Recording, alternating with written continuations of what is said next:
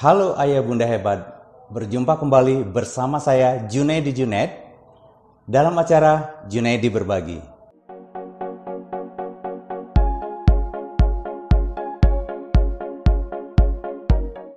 Topik kita kali ini adalah masih tentang anak autis, yaitu berjudul ketika anak didiagnosa autis atau berkebutuhan khusus, kira-kira apa sih yang akan dilakukan? Nah, ada 10 hal yang akan saya share tentang langkah yang kami lakukan ketika dokter mendiagnosa bahwa anak kami dinyatakan autis. Mudah-mudahan dengan sharing ini, ayah atau bunda yang memiliki anak berkebutuhan khusus atau keistimewaan atau berbeda dari anak kita yang lain atau berbeda dari anak-anak yang lain merasa lebih tegar dan lebih bersemangat serta sabar dalam mengasuh anak istimewa tersebut. Namun ayah bunda hebat, sebelum saya sharing tentang 10 langkah yang kami lakukan sebagai orang tua, izinkan saya membacakan sebuah puisi khusus yang saya tulis untuk anak istimewa saya yang lahir dengan kebutuhan khusus. Puisi ini saya tulis sebagai mewakili perasaan anak saya yang berjudul Untuk Mama dan Papa.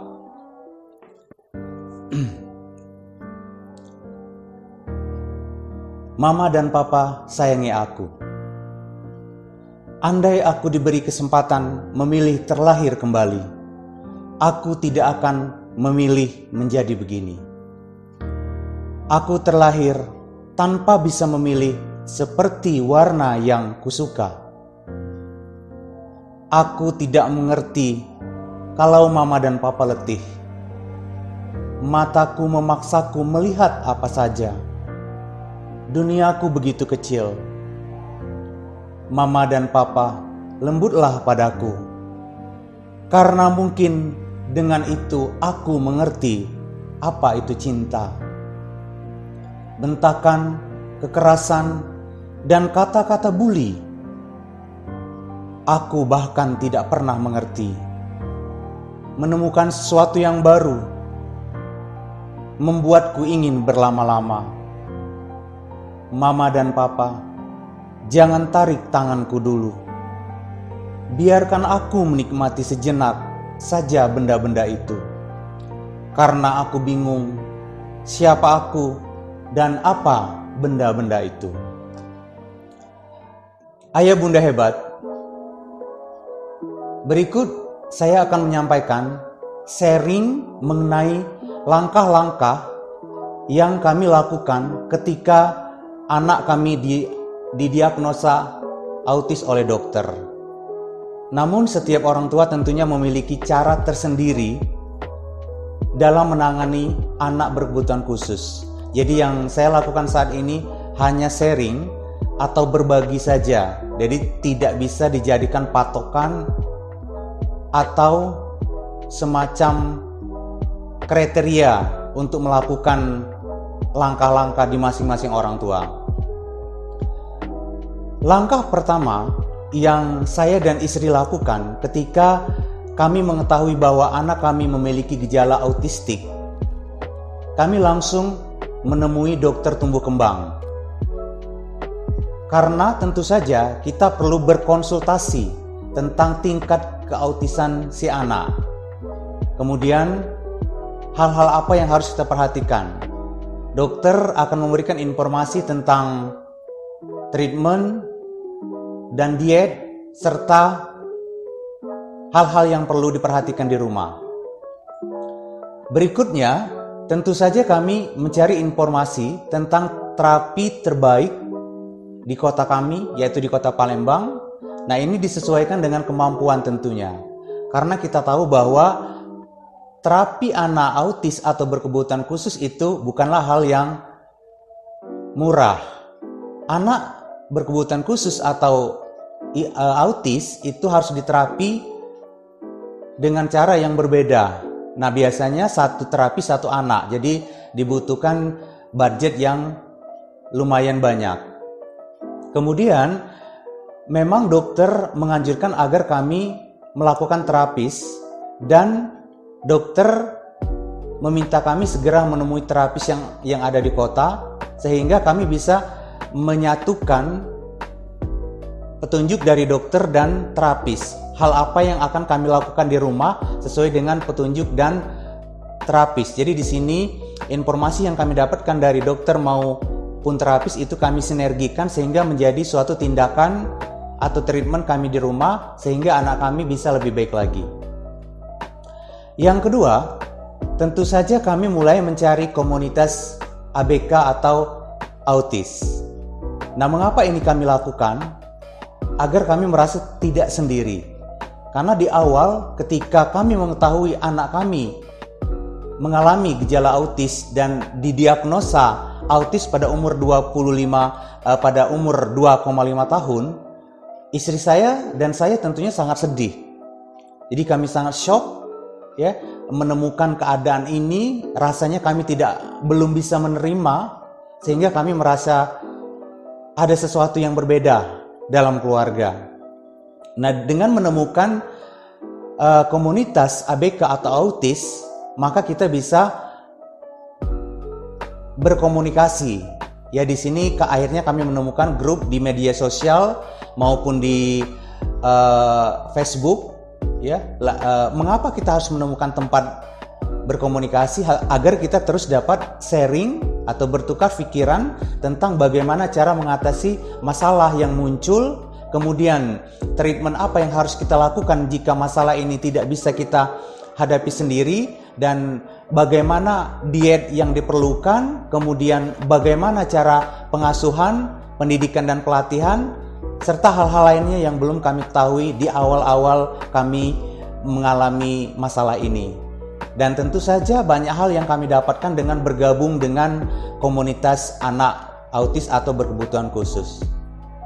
Ayah bunda hebat, yang ketiga, kami mulai belajar dari orang tua hebat lainnya yang memiliki anak dengan kebutuhan khusus. Kita tahu bahwa anak berkebutuhan khusus banyak sekali jenisnya. Ada yang autis, ada yang misalnya dia ada kelainan fisik maupun mental. Jadi banyak sekali macamnya. Nah, kita bisa belajar tentang bagaimana cara penanganan anak ABK ini melalui buku atau melalui video yang di-share di media sosial misalnya atau di YouTube. Nah, kami juga belajar dari orang tua ketika kami bertemu di rumah sakit. Jadi di awal-awal kami melakukan terapis itu di rumah sakit. Nah, di situ kami bersyukur karena ketika saya dan istri menyaksikan dengan mata kepala langsung ya, bagaimana suatu ketika saya melihat dua orang, ayah dan ibu, yang sedang menangani anaknya yang berkebutuhan khusus juga menurut saya. Jadi dia mengalami kelainan pada darah, yaitu mengalami kanker darah. Di situ saya melihat ayahnya menggendong anaknya yang umurnya mungkin sudah 12 atau 13 tahun. Dia menggendong anak tersebut seperti tidak merasa lelah ya, seperti ada perasaan takut kehilangan. Lalu saya bertanya langsung dengan ayah tersebut, ada apa dengan anaknya? Nah, di situ dia menjelaskan bahwa anaknya mengalami kanker darah dan leukemia ya.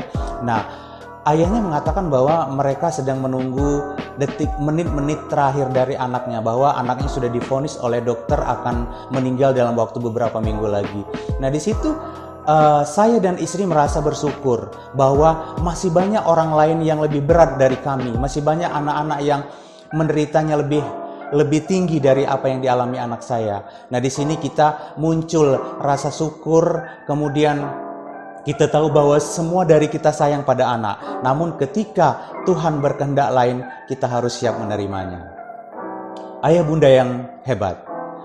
Yang keempat, setelah anak saya didiagnosis mengalami autisme atau berkebutuhan khusus, maka saya berdiskusi dengan semua anggota inti dari keluarga saya, yaitu istri saya dan anak saya yang lain. Kami mulai bekerja sama, membentuk berdiskusi untuk melakukan kerjasama, yaitu bagaimana cara pengasuhan anak autis kami tersebut. Jadi saya meminta kepada anak-anak agar pengasuhan anak Lia itu tidak tergantung hanya dengan mama saja atau hanya dengan papa saja. Jadi semua yang ada di dalam rumah itu harus ikut andil dalam meningkatkan kemampuan Lia. Karena ketika Lia berumur 2,5 tahun itu adalah saat yang paling kritis ya. Jadi antara 2 tahun sampai 5 tahun maksud saya itu adalah bagian yang paling kritis dalam pengasuhan Lia. Jadi kami merasa sangat lelah, merasa stres ya karena saat itu Lia mengalami hiperaktif ya yang luar biasa, di mana ketika kami lengah sedikit dia mulai naik ke atas meja atau ke atas kursi atau membongkar semua isi lemari, masuk kamar mandi dan nyemplung di bak mandi, kemudian dia makan apapun yang dia lihat, kemudian dia juga merobek buku atau benda apa saja yang dia bisa jangkau. Jadi saya bilang ke anak-anak, jangan biarkan mama sendiri, kita harus mendampingi. Nah contohnya juga yang saya lakukan karena saya bekerja kantoran ketika akhir pekan yaitu Sabtu dan Minggu atau weekend ya, maka saya total akan memberikan waktu saya untuk anak saya dan saya memberikan kesempatan kepada istri saya untuk beristirahat. Karena ketika saya di hari tersebut saya berada di rumah, saya tahu bahwa pekerjaan ibu rumah tangga ternyata lebih berat dari pekerjaan saya sebagai pegawai di kantoran. Nah, di sini kita mulai muncul empati. Begitu juga dengan kakak-kakak Lia. Ya, jadi dia mulai semakin menyayangi mamanya, semakin mau bekerja sama dan semakin mau mendampingi Lia dan muncul empati yang luar biasa dari kami sekeluarga. Yang kelima, kami sesuai dengan informasi dari terapis, dari dokter tumbuh kembang, serta informasi yang kami dapatkan dari komunitas anak berkebutuhan khusus atau autis, bahwa kami mulai melakukan atau Lia kami minta untuk melakukan diet. Jadi karena beberapa makanan seperti susu, gandum, gula, dan coklat itu sangat berkontribusi terhadap hiperaktif atau memicu hiperaktif.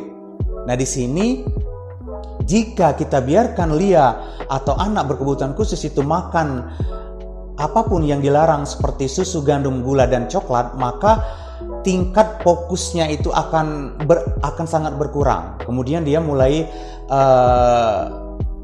terjadi stimming, ya seperti menggerakkan tangan seperti ini berulang-ulang, menggerakkan bagian tubuh yang lain. Jadi dia seperti ini dan itu mulai stimming ya. Kemudian dia juga mulai menggerakkan tubuh yang lain. Dia juga suka tertawa sendiri atau berbicara sendiri dan susah dikendalikan. Bahkan kadang-kadang dia mulai tantrum. Apabila ada hal-hal yang tidak dilaksanakan sesuai dengan keinginannya, maka dia akan mengalami tantrum yang berat.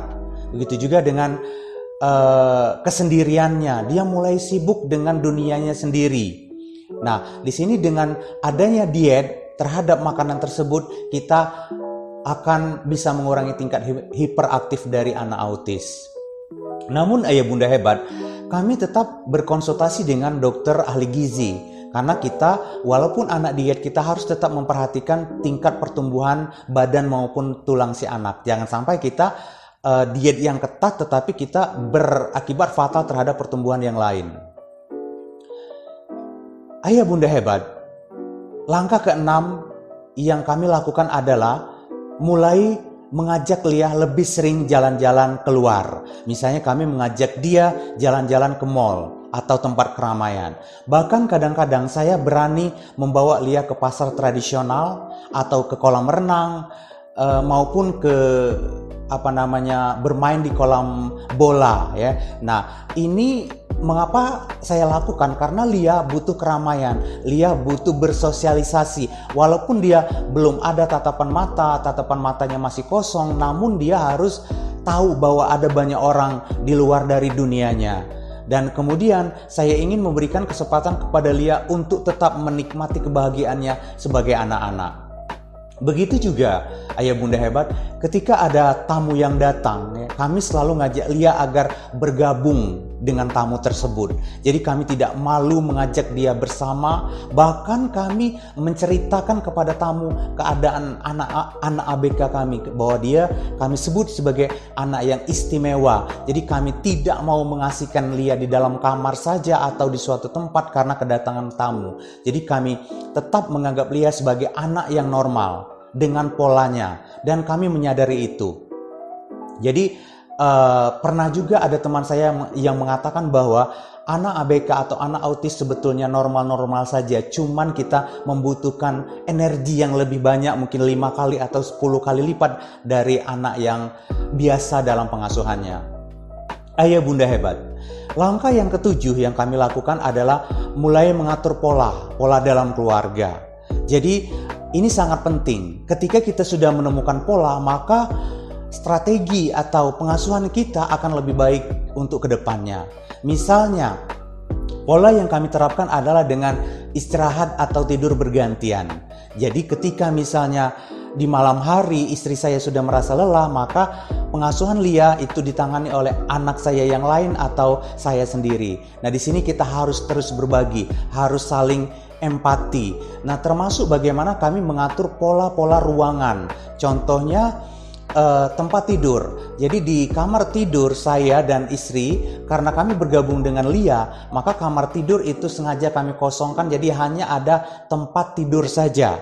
Jadi tidak ada lemari maupun hiasan ataupun lukisan, jadi plong ya, hanya tempat tidur, bantal dan kasur. Nah, hal ini kami lakukan agar Lia tidak mengganggu fokusnya, karena anak autis itu rata-rata memiliki tingkat fokus yang berbeda. Ketika dia melihat banyak benda, maka tidurnya sulit, konsentrasi juga bisa. Nah, di sini kami menghilangkan berbagai perhiasan maupun benda-benda yang ada di kamar kecuali hanya tempat tidur dan kasur. Nah, ini juga bisa membantu. Jadi ketika misalnya pukul 12 malam kami sudah kelelahan karena pengasuhan Lia yang hiperaktif, maka kami akan mengajak Lia masuk ke dalam kamar dan pintu kamar kami kunci. Di situ kami bisa tertidur beberapa jam dan Lia mungkin masih tetap dengan kesibukannya, tapi was-was kami hilang karena Lia tidak bisa menemukan benda apapun di kamar tidur. Ayah bunda hebat. Tips yang ke-8 atau langkah yang ke-8 yang kami lakukan adalah kami mulai menyadari anak apa adanya. Jadi anak terlahir dengan kelebihan dan kekurangan masing-masing. Jadi kita harus sadar dan tidak kecewa serta ikhlas menerima anak tersebut. Anak harus kita rangkul.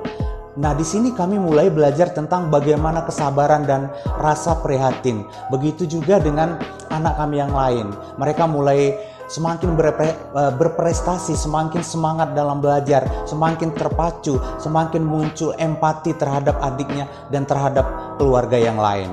Nah, kami juga mulai terus melatih Lia di rumah secara bersama-sama. Jadi untuk menumbuhkan perkembangan anak autis atau ABK, tentu saja kita tidak bisa mengandalkan terapis atau dokter tumbuh kembang saja, tetapi kita harus memberikan pelatihan dasar agar anak autis ini suatu saat memiliki life skill, ya, mereka bisa hidup ya dengan kemampuan mereka secara mandiri. Jadi misalnya mereka bisa memakai baju sendiri, membuka baju sendiri, pergi ke toilet sendiri, kemudian makan, berbicara. Nah, hal ini butuh usaha agar anak bisa memiliki life skill, yaitu kami mulai sering mendengarkan lagu secara bersama-sama. Kami ajak dia bermain. Nah, kalau memungkinkan, buat suasana rumah lebih kepada untuk kepentingan anak tersebut. Itu yang kami lakukan agar muncul kesadaran bersama dalam pengasuhan Lia, anak kami yang berkebutuhan khusus. Nah, langkah yang ke-9, kami mulai mengkreasi fisik dan suasana rumah ramah anak berkebutuhan khusus. Jadi misalnya saya sendiri menemukan bahwa di bagian belakang rumah saya itu ada tanah sedikit yang kosong, maka saya akan saya membuat taman di tanah tersebut yang gunanya adalah untuk kepentingan Lia. Begitu juga dengan peralatan-peralatan khusus seperti laptop atau handphone atau peralatan lain yang berbahaya mulai kami singkirkan dan mulai kami buatkan tempat khusus, ya. Namun sebaliknya, kami tetap mulai membiasakan pernik-pernik yang tidak berbahaya di dalam rumah. Misalnya pot seperti ini sudah mulai terbiasa, atau misalnya benda-benda lain itu kami mulai letakkan di ruang tamu atau di ruang makan. Hal ini juga untuk membiasakan Lia bahwa dia suatu saat akan pergi ke rumah orang lain dan dia akan melihat benda-benda tersebut. Jadi dia tidak merasa berbeda. Jadi rumah dia dengan rumah orang lain juga sama saja. Jadi dia tidak merasa aneh sehingga dia tidak mengambil atau merusak benda-benda tersebut.